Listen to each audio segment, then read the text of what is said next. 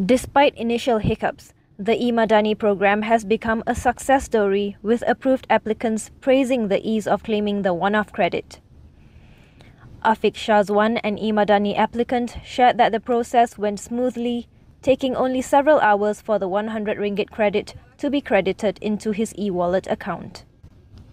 Afiq expressed that claiming the credit was easy, given that numerous e-wallet platforms are available for applicants. The Finance Ministry reported over 7 million applications for the e-Madani credit.